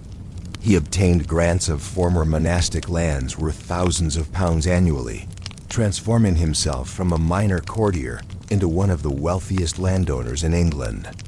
The economic value of bedroom privileges also extended to the marriage market, where intimate access to the royal family could be used to arrange advantageous unions that brought substantial financial benefits. The gentlemen and ladies of the bedchamber were often able to arrange marriages between their own relatives and members of other wealthy court families, creating alliances that provided ongoing economic advantages. These marriage arrangements were often complex financial transactions that involved substantial dowries, property settlements, and ongoing support agreements. The courtiers who arranged these marriages typically received compensation for their services, either in the form of direct payments or through reciprocal arrangements that benefited their own families. The international dimension of Tudor court life also created unique economic opportunities for those with bedroom privileges. Foreign ambassadors and merchants often sought to cultivate relationships with the gentlemen and ladies of the bedchamber in order to gain insight into English royal policy and to secure favorable treatment for their own business interests. These international relationships could be extremely lucrative, with foreign agents willing to pay substantial sums for reliable intelligence about English royal intentions. Some courtiers developed ongoing relationships with foreign contacts that provided steady supplemental income, while others engaged in more sporadic but highly profitable intelligence transactions. The economic strategies employed by holders of bedroom privileges were not without risks. The same intimate access that created opportunities for wealth also created vulnerabilities that could lead to financial ruin. Courtiers who fell from royal favor often found their economic opportunities disappearing overnight, and some lost not only their wealth, but their lives when political circumstances changed. The career of Sir Henry Norris, who succeeded Compton as Groom of the Stool, illustrates both the opportunities and the dangers associated with the economic exploitation of bedroom privileges. Norris used his position to accumulate substantial wealth through many of the same methods employed by his predecessor. But his intimate association with Anne Boleyn ultimately led to his execution when the Queen fell from favor. The economic legacy of Tudor bedroom privileges extended far beyond the individuals who held these positions. The wealth accumulated by the gentlemen and ladies of the bedchamber often became the foundation for family fortunes that persisted for generations, creating new aristocratic dynasties and reshaping the English social hierarchy. Many of the great country houses and estates that dominated English society for centuries were built with wealth accumulated through Tudor bedroom privileges. The families that rose to prominence through intimate service to the Tudor monarchs often used their wealth to purchase additional lands, arrange advantageous marriages, and secure political influence that allowed them to maintain their elevated status long after the original source of their wealth had disappeared. The economic impact of bedroom privileges also influenced the broader development of English capitalism and commercial culture. The sophisticated financial strategies employed by Tudor courtiers helped establish patterns of investment, speculation, and business organization that would later become characteristic features of English economic life. The emphasis on personal relationships, insider information, and political influence that characterized the economic exploitation of bedroom privileges also helped shape the distinctive culture of English business and finance. The understanding that personal access to powerful individuals could be converted into economic advantage became a fundamental principle of English commercial culture that persisted long after the Tudor period ended. As you drift toward peaceful slumber, consider how the servants who held Tudor bedroom privileges were not merely domestic workers, but sophisticated economic actors who understood how to transform intimate access into substantial wealth. Their success in converting personal relationships with the monarch into financial advantage helped create some of the great fortunes of English history, while also establishing patterns of economic behavior that would influence English society for centuries. The bedroom privileges of the Tudor court were therefore not just markers of social status or political influence, but valuable economic assets that could be leveraged to create lasting prosperity. The men and women who held these privileges understood that their intimate service to the monarch was not just a personal honor, but a business opportunity that, if skillfully exploited, could secure their family's financial future for generations to come. Let these thoughts of ancient fortunes and forgotten opportunities accompany you into restful sleep, knowing that even the most intimate aspects of royal service could be transformed into lasting economic advantage by those clever enough to understand the true value of their privileged access to power. As the gentle currents of sleep begin to carry you toward peaceful rest, let us explore the gradual transformation that marked the end of the Tudor era and the beginning of a new relationship between monarchs and their most intimate servants. The elaborate system of bedroom privileges that had defined court life for over a century began to evolve and eventually fade as new concepts of royal dignity, personal privacy, and political authority emerged in the changing world of early modern England. Allow your mind to drift forward through the decades following Elizabeth I's death in 1603, when the arrival of the Scottish Stuart dynasty brought new ideas about monarchy and court life that would gradually transform the intimate world of royal service. The bedchamber privileges that had been the foundation of Tudor political culture began to seem antiquated and inappropriate as new notions of royal majesty and personal dignity took hold. The transformation began subtly during the final years of Elizabeth I's reign, as the aging queen became increasingly protective of her privacy and more selective about who was granted access to her most intimate moments. The elaborate morning and evening ceremonies that had characterized earlier Tudor courts were gradually simplified, and the number of courtiers with regular access to the royal bedchamber was significantly reduced. Elizabeth's growing concern with privacy reflected both her personal preferences and the changing political circumstances of her later reign. As she aged and became more conscious of her physical appearance, she became reluctant to allow the large groups of courtiers who had traditionally attended her morning and evening routines. The elaborate makeup and costume that maintained her public image required increasingly careful management, and she preferred to limit the number of people who witnessed the complex process of creating her royal persona each day. The Queen's ladies of the bedchamber adapted to these changing preferences by developing new protocols that provided Elizabeth with greater privacy, while still maintaining the ceremonial dignity appropriate to her royal status. The morning and evening routines were restructured to involve fewer participants, with only the most senior and trusted ladies present during the most intimate aspects of the Queen's daily preparation. But the most significant changes came with the accession of James I in 1603, the new king, who had been raised in the very different court culture of Scotland, brought with him ideas about monarchy and royal service that were fundamentally at odds with the intimate traditions of the Tudor court. James was uncomfortable with the level of physical intimacy that had characterized Tudor bedroom privileges and sought to establish greater distance between himself and his servants. James I's approach to royal service reflected both his personal temperament and his theoretical understanding of monarchy. He believed that kings should maintain a more elevated and distant relationship with their subjects, and he was troubled by the informal intimacy that had characterized Tudor court life. The idea that servants should have such intimate access to the royal person seemed to him to diminish the sacred dignity of kingship.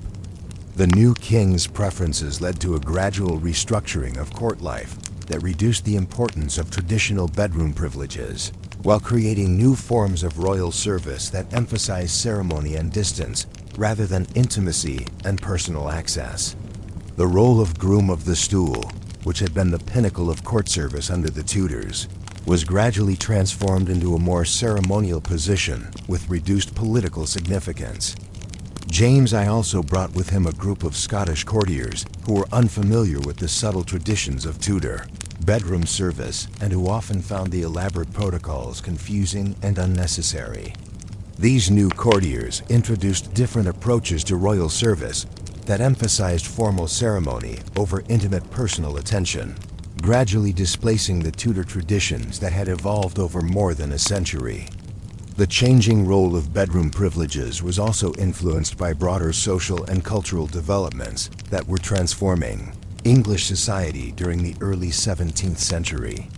New ideas about privacy, personal dignity, and appropriate social relationships were emerging that made the intimate traditions of Tudor court life seem increasingly outdated and inappropriate. The growing influence of Puritan religious ideas, which emphasized personal piety and moral restraint, contributed to a cultural atmosphere that was less tolerant of the physical intimacy that had characterized Tudor bedroom service. The idea that servants should have such close physical contact with their masters began to seem morally questionable to many observers, who viewed such intimacy as potentially corrupting for both parties. The development of new architectural styles and domestic arrangements also contributed to the decline of traditional bedroom privileges. The great country houses that were being built during this period featured more sophisticated arrangements for privacy and personal service that reduced the need for the large groups of attendants who had traditionally served in royal bedchambers. These new domestic arrangements reflected changing ideas about how wealthy and powerful individuals should live and be served. The emphasis shifted from communal arrangements that emphasized the social hierarchy and political relationships to more private arrangements that emphasized personal comfort and individual dignity. The economic changes that were transforming English society also contributed to the decline of bedroom privileges. As new forms of wealth and economic opportunity emerged, the traditional pathways to prosperity through intimate royal service became less attractive to ambitious individuals. The development of overseas trade, colonial ventures, and new financial instruments provided alternative routes to wealth and advancement that did not require the personal subservience associated with bedroom service. The changing nature of political power also reduced the importance of intimate access to the monarch. As governmental institutions became more sophisticated and bureaucratic, policy decisions were increasingly made through formal processes, rather than through the informal conversations and personal relationships that had characterized Tudor governance. The intimate knowledge of royal moods and preferences that had been so valuable under the Tudors became less politically significant as power became more institutionalized. The Civil War period of the 1640s and 1650s marked a dramatic interruption in the evolution of royal bedroom privileges, as the monarchy itself was temporarily abolished and replaced by republican government. When the monarchy was restored in 1660 under Charles II, the new court culture that emerged was fundamentally different from the intimate traditions of the Tudor period. Charles II, who had spent his exile in the sophisticated courts of continental Europe, brought back with him ideas about royal service and court life that emphasized formal ceremony and elaborate etiquette rather than intimate personal relationships. The new court culture that he established was modeled on French examples, particularly the court of Louis XIV at Versailles, where royal service was highly ceremonial but much less intimate than it had been in Tudor England. The Restoration Court maintained some of the traditional titles and offices associated with bedroom service, but their actual functions were significantly altered. The Groom of the Stool continued to exist as a court position, but the intimate personal service that had originally defined the role was largely eliminated. Instead, the position became primarily ceremonial, with the holder serving more as a symbol of royal favor than as an actual personal attendant. The ladies of the bedchamber also saw their roles transform during this period. While they continued to attend the Queen and other female members of the royal family, their service became more formal and less intimate. The elaborate morning and evening ceremonies that had characterized Tudor court life were replaced by more structured and distant protocols that emphasized royal dignity over personal relationships. The transformation of bedroom privileges during the 17th century also reflected changing ideas about gender roles and appropriate behavior for men and women in positions of authority. The intimate physical service that had been acceptable in Tudor times began to seem inappropriate as new standards of modesty and propriety emerged. These changing standards were particularly significant for female courtiers who found that the intimate access to royal women that had been a source of power and influence under the Tudors was increasingly restricted by new ideas about feminine virtue and appropriate behavior. The ladies of the bedchamber were expected to maintain greater distance from their royal mistresses while still providing the personal service that their positions required. By the 18th century, the transformation of royal bedroom privileges was largely complete. The intimate personal service that had characterized Tudor court life had been replaced by more formal and ceremonial arrangements that emphasized royal dignity and social hierarchy rather than personal relationships and intimate access. The great country houses of the 18th century, aristocracy reflected these changed attitudes toward personal service and privacy. These houses featured elaborate arrangements of public and private spaces that allowed their owners to maintain appropriate dignity while still receiving the personal service they required. The intimate communal arrangements that had characterized Tudor royal residences were replaced by more sophisticated systems that provided privacy and comfort without requiring the personal subservience of earlier periods. The decline of traditional bedroom privileges also reflected the broader democratization of English society that was occurring during this period. As new ideas about individual rights and personal dignity emerged, the extreme deference and intimate personal service that had characterized Tudor court life began to seem incompatible with evolving concepts of human equality and personal autonomy. The economic changes that were transforming English society also contributed to the obsolescence of traditional bedroom privileges. As new forms of wealth and economic opportunity emerged, the traditional rewards associated with intimate royal service became less attractive compared to the opportunities available in trade, industry, and colonial ventures. The development of new technologies and domestic arrangements also reduced the practical need for the large numbers of personal attendants who had traditionally served in royal bedchambers.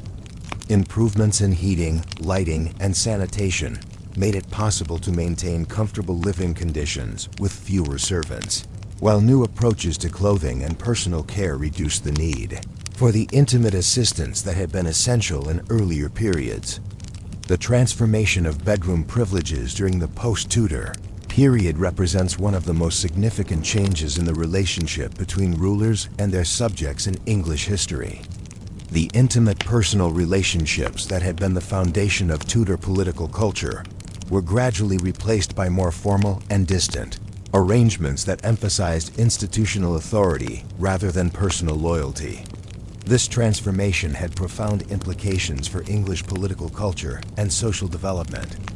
The decline of intimate royal service marked the beginning of a new era in which political power was exercised through formal institutions and legal processes, rather than through personal relationships and intimate access to authority figures. The legacy of Tudor bedroom privileges can still be seen in many aspects of modern British royal protocol and ceremony, but their original political and social significance has been largely lost. The elaborate ceremonies that surround contemporary royal events are largely symbolic, lacking the intimate personal relationships and real political power that characterized their Tudor predecessors. As you drift into peaceful slumber, consider how the transformation of royal bedroom privileges reflects the broader evolution of English society from a personal, relationship-based political culture to a more formal, institutional system of government and social organization. The intimate traditions that had defined Tudor court life gradually gave way to new arrangements that emphasized privacy, dignity, and formal authority over personal relationships and intimate service. The men and women who had once wielded enormous influence through their intimate access to royal bedchambers found their roles transformed and diminished as new concepts of appropriate service and political authority emerged. Their legacy lives on in the understanding that even the most fundamental aspects of political and social relationships are subject to change as societies evolve and new ideas about human dignity and appropriate behavior take hold. Let these thoughts of transformation and adaptation accompany you into restful sleep, knowing that the intimate world of Tudor bedroom privileges, while now largely forgotten, played a crucial role in shaping the development of English political culture and social relationships that continue to influence our world today.